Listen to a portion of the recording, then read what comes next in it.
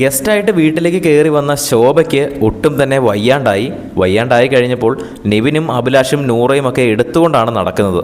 ശോഭ ഇത് അഭിനയിക്കുന്നതാണ് കേട്ടോ.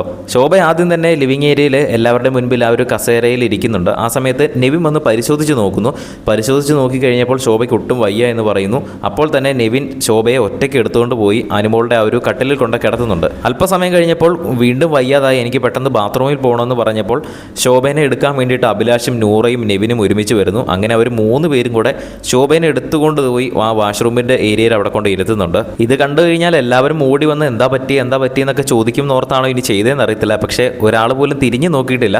ബാക്കി എല്ലാവരും അവരവരുടെ കാര്യം നോക്കി അതിലേ നടക്കുകയാണ്. ശോഭേനെ നിവിൻ ആദ്യം ഒറ്റയ്ക്കാണ് എടുത്തുകൊണ്ട് പോയത്. അതും എല്ലാവരുടെയും മുൻപിൽ വെച്ചാണ് എടുത്തുകൊണ്ട് പോയത്. പക്ഷേ ആരും തന്നെ അങ്ങോട്ട് ചെല്ലുന്നുമില്ല, ആരും ഒന്നും അന്വേഷിക്കുന്നുമില്ലായിരുന്നു. എന്തായാലും ഇന്ന് ഗസ്റ്റായിട്ട് റിയാസ് അലിയും വീട്ടിലേക്ക് കയറുന്നുണ്ട്.